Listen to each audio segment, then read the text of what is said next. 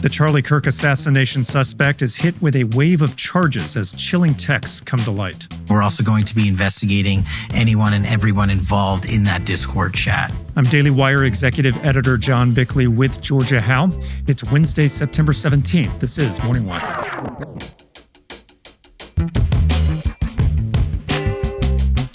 President Trump slaps the New York Times with a massive defamation suit, saying the Gray Lady acted as a mouthpiece for the radical left. It's such a dishonest newspaper. It's such garbage. It's a failing newspaper. It's failing. And the president is continuing his sweeping crime crackdown in major cities across the country, with the next stop in Tennessee.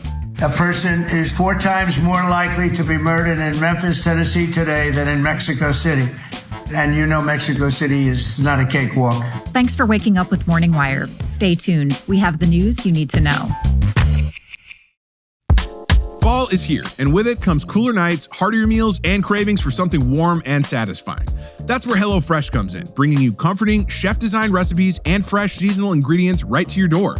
This season, they've taken things to the next level with their biggest menu refresh yet. Say hello to a whole new way to do dinner.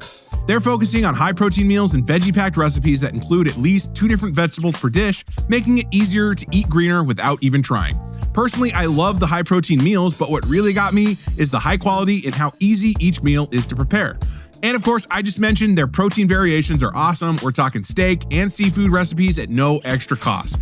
The best way to cook just got better. Head over to HelloFresh.com/MorningWire10FM now to get 10 free meals and a free item for life. 1 per box with active subscription. Free meals applied at discount on first box. New subscribers only. Varies by plan. That's HelloFresh.com/MorningWire10FM to get 10 free meals plus a free item for life.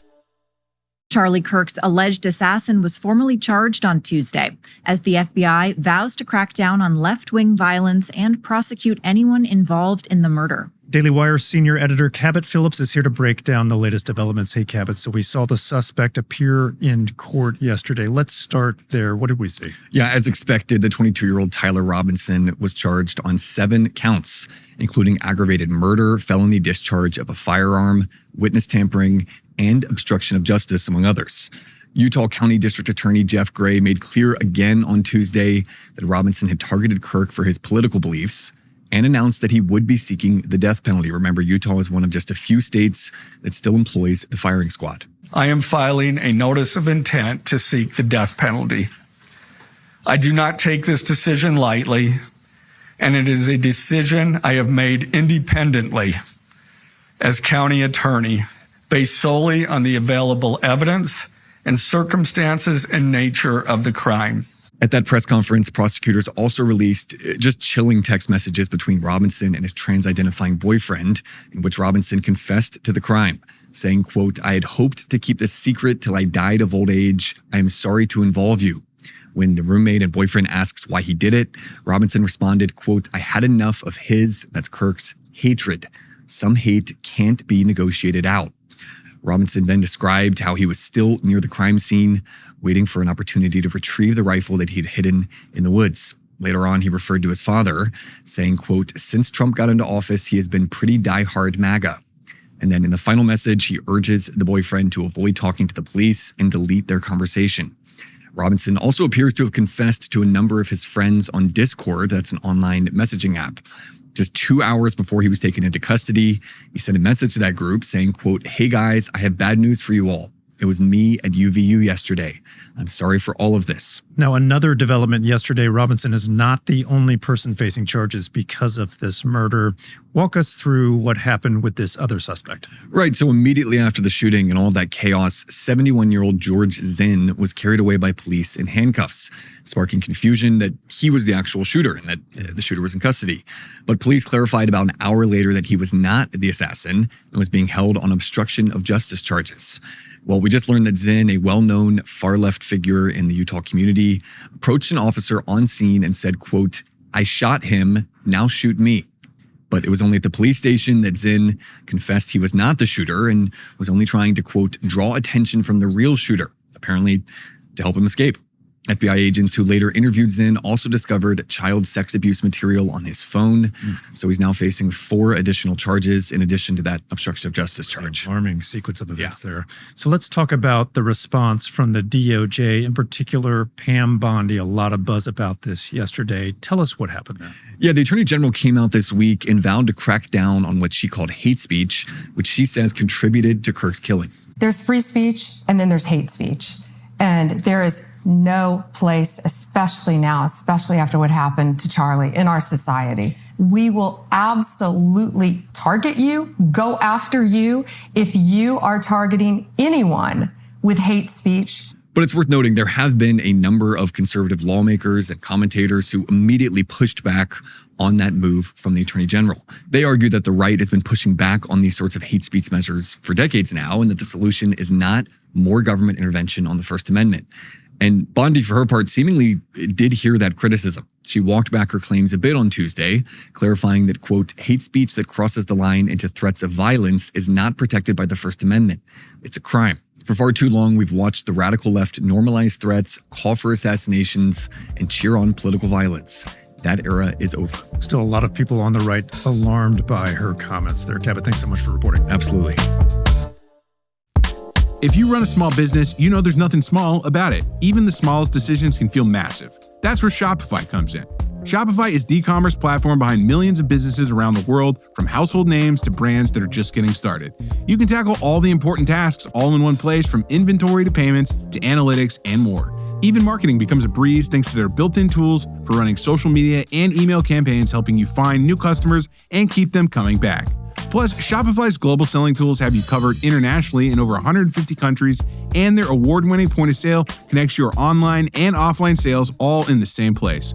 With an impressive 99.99 uptime and the highest converting checkout experience on the planet, you'll never miss another sale. That's the Shopify advantage. Get all the big stuff for your small business right with Shopify. Sign up for your $1 per month trial period and start selling today at shopify.com/morningwire. Head over to shopify.com/morningwire. Again, that's shopify.com/morningwire. President Trump has filed a $15 billion defamation and libel lawsuit against the New York Times. He's accusing the paper of a years-long campaign to destroy his reputation and undermine his political success. Daily Wire culture reporter Megan Basham is here now with the details. So Megan, just to start, what exactly does this lawsuit claim and who's named in it? So Trump filed this lawsuit at a district court in Florida. And what he's alleging is that the New York Times has personally defamed him and that it's acted as a mouthpiece for the radical left and the Democratic Party. Specifically, this complaint targets 4 of the Times' most prominent journalists, and that's Suzanne Craig, Russ Buettner, Michael Schmidt, and Peter Baker. And now this suit also names Penguin Random House because they published a book based on some of this Times reporting. So Trump claims that these defendants orchestrated a malicious effort to portray him as a fraudulent businessman and also as a dangerous leader, and that this was all timed to sabotage his 2024 re-election campaign. So at the core are a couple of key pieces of reporting here. So first, an investigative series and a book titled Lucky Loser: How Donald Trump Squandered His Father's Fortune and Created the Illusion of Success. That series was written by Craig and Buettner, and Penguin Random House released it just before the 2024 election. Kind of think of it as a September surprise. It alleges that Trump committed tax fraud in inheriting his father's real estate empire and that he built his wealth on deceptive practices. Now, the suit also targets an interview by Schmidt with retired General John F. Kelly, Trump's former chief of staff, and he warned in that interview that the president met the definition of a fascist and posed a dictatorial threat. Well, you can see why Trump would not be happy about those comments. Yeah, he's definitely not. He calls the claims, quoting here, repugnant distortions and fabrications. And he also says that the Times deliberately minimized his contribution to the success of his hit show, The Apprentice, instead of highlighting the fact that he was the star. They instead have really given all of the credit to producer Mark Burnett. So Trump argues that all of these things meet the legal definition of defamation. He says the paper's coverage was engineered to inflict enormous economic losses on his business and his personal brand. And how are the defendants responding? Well, as you might expect, they are certainly firing back. They are not holding back. A spokesman for the New York Times said the lawsuit lacks any legitimate legal claims and is an attempt to stifle and discourage independent reporting.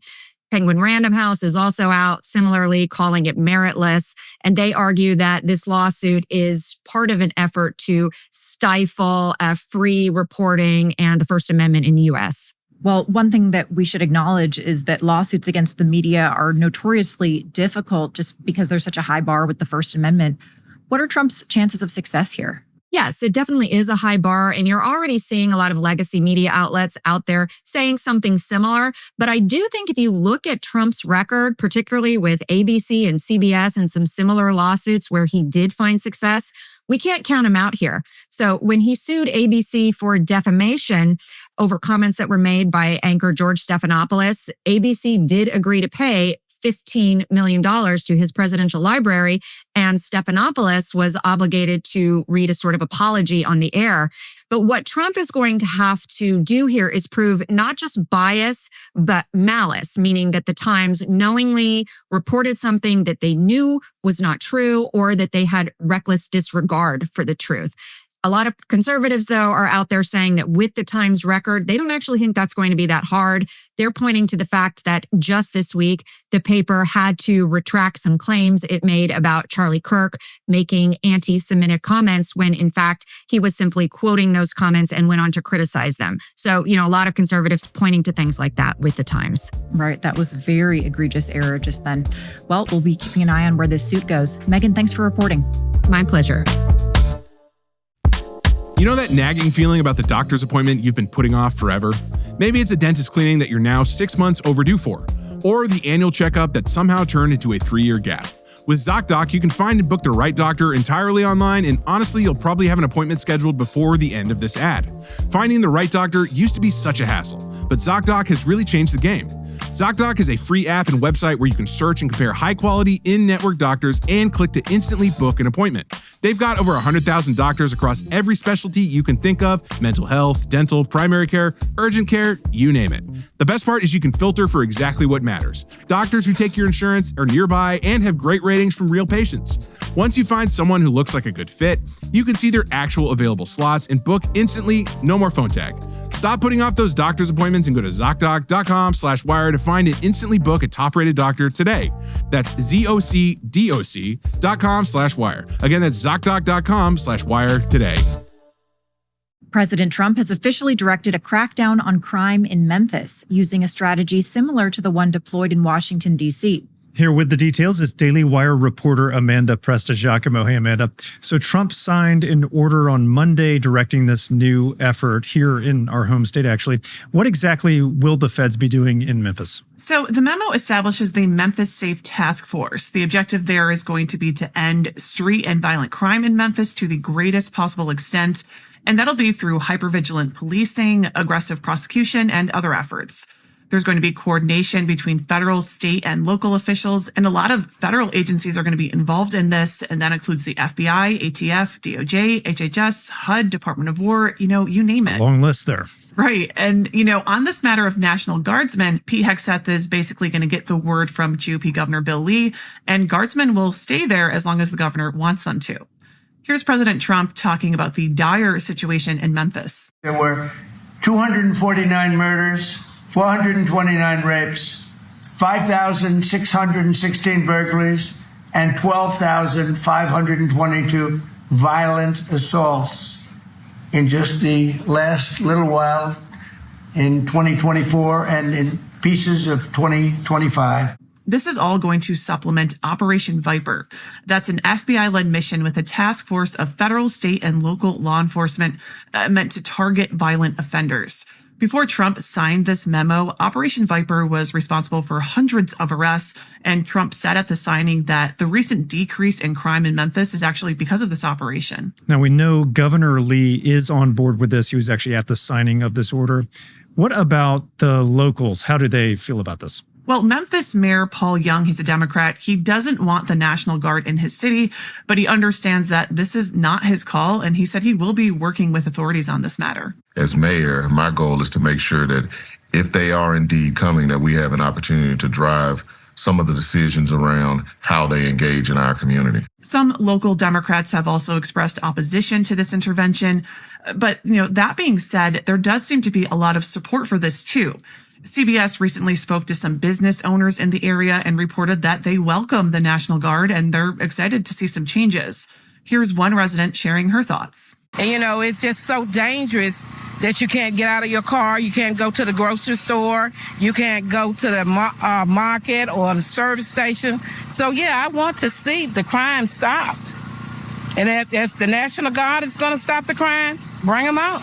All right, so some enthusiasm in Memphis for this effort. Now, what about other Democrat-run cities where Trump is not being welcomed by the governor like he is here? Are those still on the table? Yeah, that seems to be the case. Trump said on Tuesday that Chicago is probably next to get the D.C. treatment.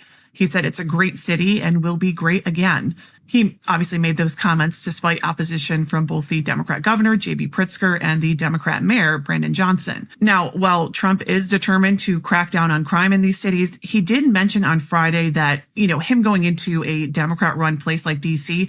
is different than going into a city like Chicago where there is opposition. We have actually more power in D.C. because it's, I can change the mayor if I want. I can do whatever I want. I haven't had to. We've had a great relationship with the mayor. We've had a great relationship. Everybody's happy. Trump, though, he's already cracking down on illegal immigrant criminals in Chicago with Operation Midway Blitz. This was launched on September 8th by ICE and DHS, and they're targeting illegals with criminal backgrounds, including those involved in violent crimes like assault, domestic violence, and sexual offenses. Well, like you said, definitely a very different situation in Chicago than D.C. So it's going to be interesting to see how Trump handles this moving forward. Amanda, thanks for reporting. You're welcome. Thanks for waking up with us. And if you're watching on YouTube, please like and subscribe. We'll be back later this evening with more news you need to know.